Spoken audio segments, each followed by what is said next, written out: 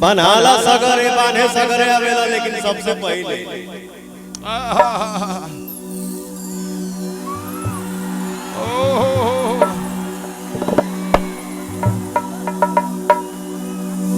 ये भोजपुरी पकड़ी है।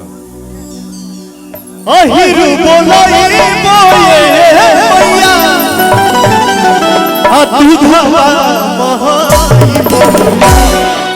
खीरावा बनई अब ये भाव आ रहा है सामने कोई दिखते नहीं है। चलिए कोई बात नहीं, माई के भजन ही में तेरे झूम झाम लेके का हो भैया। अरे खीरावा बनई ओ क्या बात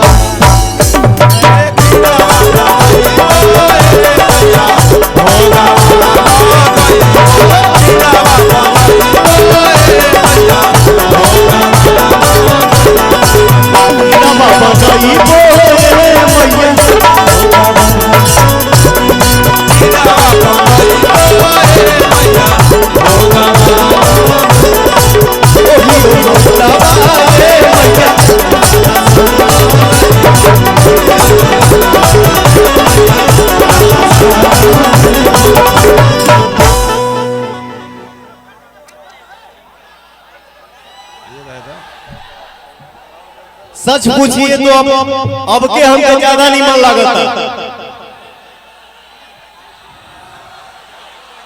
हमारे श्रोता जो हमारे भगवान है, एक इशारे पे कहीं बैठ जाएंगे और कहीं खड़े हो जाएंगे, तो फिर 35 क्यों लगाने का। वाह अभी भाई हमारे सब लाला आ गए सब भर गए। क्या बात है।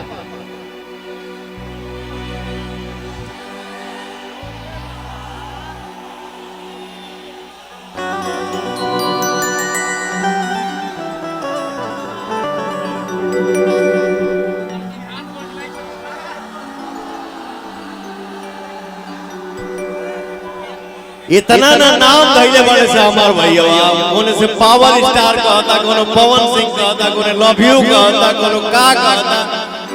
अरे लव यू 2-3 लाख रे पगला।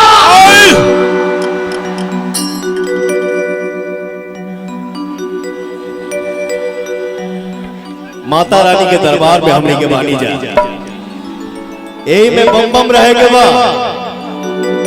बहुत आप लोग प्यार करा जा। दुलारी बड़ी दुलारी बड़ी दुलारी बड़ी दुलारी बड़ी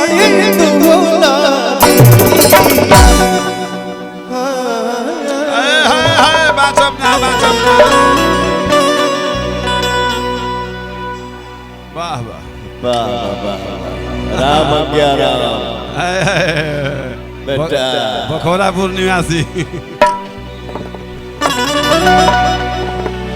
लव यू।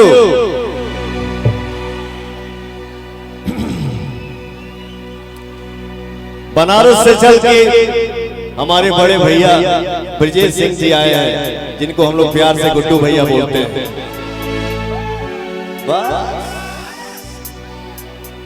मेरा छोटा भाई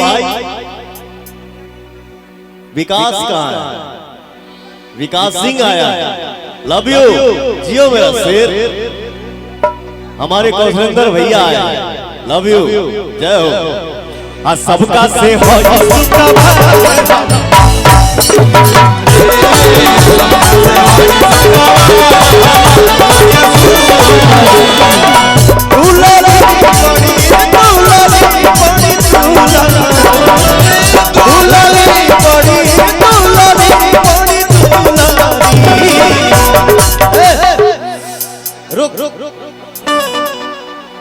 हाथ उठाओ जब धोनी के ताली के साउंड पर के गावे के बाद हाथ उठाओ। हमको पता है कि आपका ताली ऐसा बजेगा कि उस पे भी हम नाच सकते हैं। और सबका से होई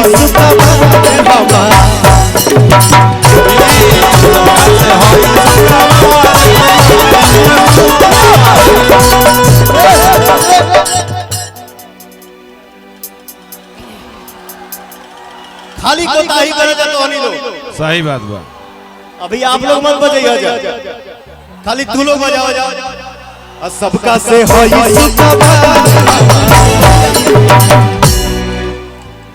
अब आप लोग मत बजाइए जा, खाली तोहनी के बजाई बजा। सबका से हो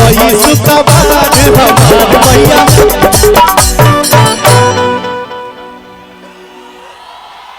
अब आप लोग खाली बजाओ जा। सबका से हरी भैया।